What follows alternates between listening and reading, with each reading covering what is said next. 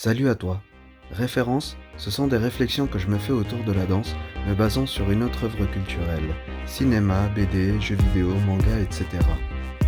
Si tu aimes la danse, la culture populaire ou classique, si mes pensées font écho avec les tiennes, s'il te plaît, aide-moi à partager notre passion. Merci et bonne vidéo. T'as pensé à ce que tu vas faire après la danse? T'as prévu un plan B? C'est vrai que tous les danseurs, au moins une fois dans notre vie, on s'est posé cette terrible question. Souvent après une blessure ou le jour où on comprend que le corps vieillit, c'est dur de l'accepter. Les genoux qui grincent, le dos qui se bloque, les muscles qui tirent, les poumons qui s'essoufflent. Quand on est jeune, on ne les voit pas venir, ces complications. Pourtant, il n'y a pas plus éphémère que la danse. La fenêtre est relativement étroite entre le moment où on débute et le moment où le corps n'en peut plus.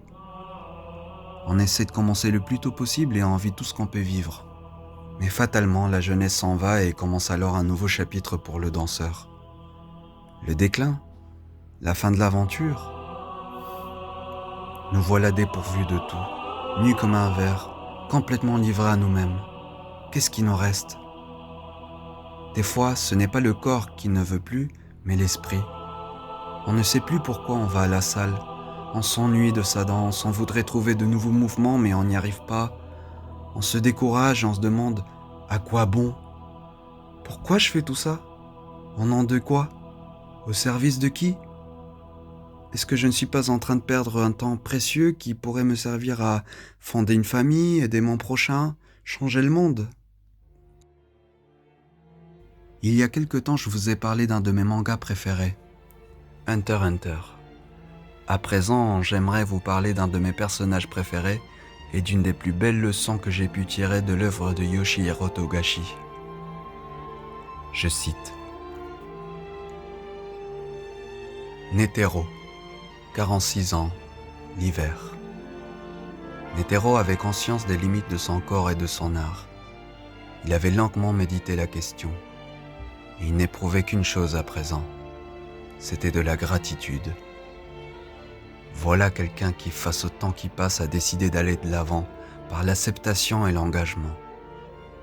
Comme dans un lent adieu à sa jeunesse, Netero remercia son corps et son art par la répétition d'un geste simple et emblématique.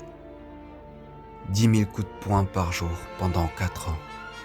Cela paraît radical, mais d'une certaine manière, ce n'est qu'un retour aux sources. La première chose qu'on fait pour apprendre, c'est répéter un geste. Nous le faisons naturellement quand on est bébé. Et c'est le chemin le plus efficace pour perfectionner une technique. D'après une étude publiée en 1993 dans une revue scientifique américaine appelée Psychological Review, il faudrait en moyenne 10 000 heures de pratique pour devenir expert en une discipline. 10 000 heures. Combien de temps j'ai passé à danser déjà? Impossible de le savoir. Quand on aime, on ne compte pas. Ce qu'on retient de la méthode Netero, c'est que paradoxalement, ce retour aux bases et ce détachement ont donné un nouveau souffle au guerrier dans sa pratique et c'est après cette épreuve qu'il devint un des plus puissants des hunters. Je pense qu'il est indispensable pour un danseur de vieillir. Ça lui permet de comprendre que la danse n'est pas seulement de la performance physique. La danse, c'est de la subtilité, de la beauté, des émotions. Une utopie de l'intime. Danser, c'est célébrer et remercier la vie sur Terre.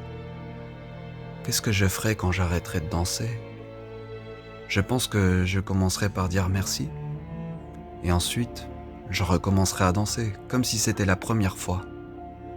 Merci à toi de m'avoir écouté. Merci la danse. Et merci Isaac Netero.